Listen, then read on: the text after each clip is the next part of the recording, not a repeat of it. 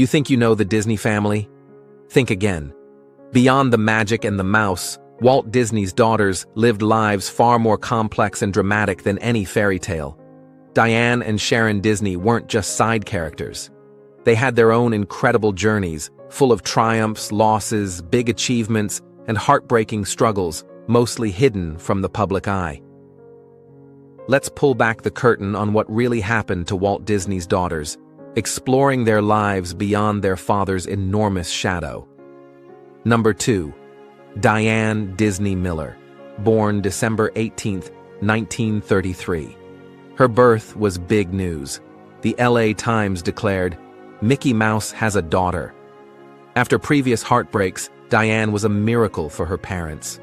Walt was thrilled, writing about parenthood while already buying the unborn baby a pony. A few years later, her younger sister, Sharon May, was adopted. Diane remembered being a little kid, peering into the bassinet at her new sister. Growing up Disney meant being protected. After the shocking Lindbergh baby kidnapping, Walt and Lillian kept their daughters far from the spotlight, wanting them to have normal lives. Despite his fame, Diane remembered Walt as a good, warm father and trusted friend. He taught her to ride horses, swam with them, even made props for school plays. He was just Dad. Diane felt he encouraged them to find our own way. They even influenced him, famously nudging him to make Mary Poppins after loving the book.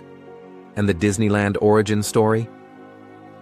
It started on a park bench. While Diane and Sharon rode the Griffith Park carousel again and again, Walt watched, realizing parents needed something fun to do too. That simple family outing sparked the idea for a park where everyone could have fun together. Diane studied English at USC, where she met football player Ron Miller on a blind date. They married quickly in 1954. Walt reportedly cried through the ceremony. Ron eventually joined the Disney Company, rising to CEO, while he and Diane raised a large family of 7 children. For years, Diane focused on her family, staying private. But later in life, things changed. Her mother Lillian passed away in 1997, and Diane grew concerned about inaccurate portrayals of her father. This private woman felt a duty to step up, becoming a public advocate for major projects and for her father's true story. Diane had a lifelong passion for classical music, which fueled her fight for the Walt Disney Concert Hall. Her mother had made a huge initial donation, but after Lillian's death, the project stalled. Diane became its champion, especially defending architect Frank Gehry's unique design. When others wanted to compromise, Diane used the remaining family foundation funds as leverage, keep Gehry and his vision or lose the money. Her husband Ron said she was tougher than hell when fighting for it. The stunning hall opened in 2003, a non-commercial tribute to Walt and a gift to Los Angeles, thanks largely to her determination. At the same time, she tackled another huge project, the Walt Disney Family Museum in San Francisco. Worried her father was becoming just a corporate logo or a subject of myths, she wanted to show the real man, brilliant, complex, and human. She insisted on honesty, not just a sugar-coated tribute. Co-founding it with her son Walter, she saw the museum, which opened in 2009 and is separate from the Disney Company, as her definitive book about her dad. It uses artifacts, Walt's own voice, and historical context to tell his story accurately.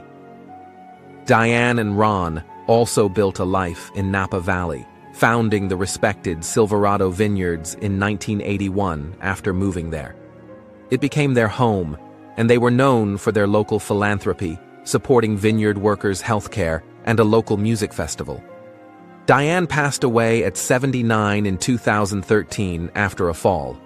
She left behind her family, the iconic concert hall, the vital family museum, and Silverado Vineyards.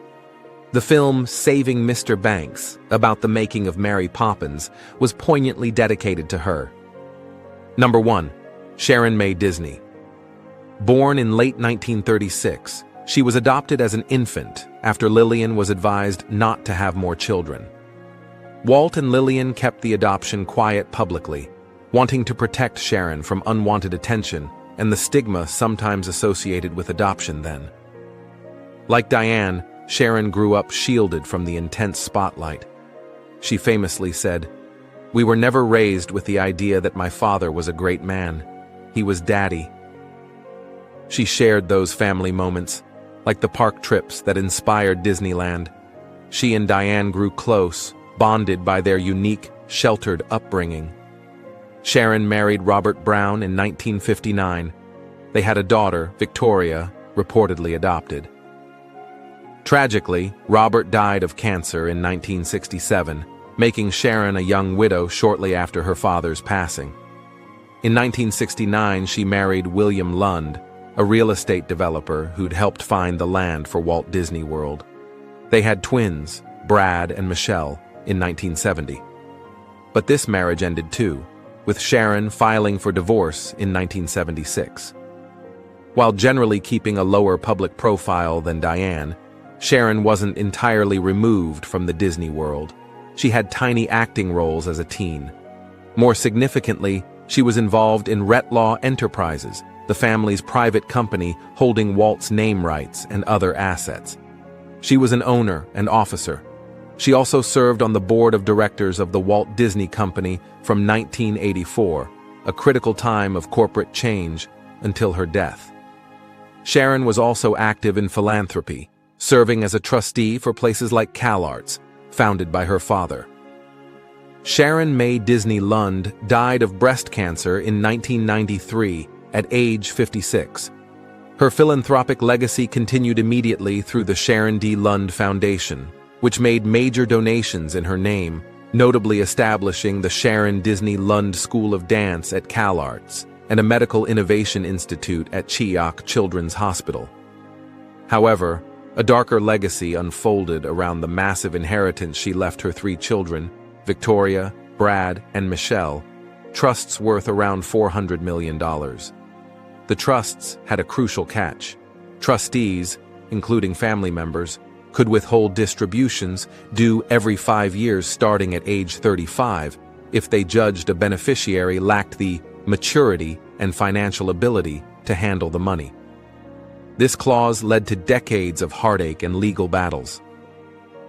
Victoria reportedly struggled with addiction, received her age 35 payout, but died just a year later. Her share went to her half-siblings, Brad and Michelle. Michelle also faced challenges, including a brain aneurysm, but she received her payouts at 35 and 40. Brad, however, had his distributions consistently withheld at 35, 40, and 45. The trustees cited concerns about his cognitive abilities, though specific diagnoses were disputed, and his ability to manage the money, eventually blocking access to around $200 million. This unequal treatment fueled bitter lawsuits. Brad accused the trustees of unfairly keeping his inheritance hostage. The fight pitted family members against each other, questioning competence and motives. While courts often upheld the trustees' power under the trust's wording, the situation remained deeply divisive. What was likely intended as protection became a source of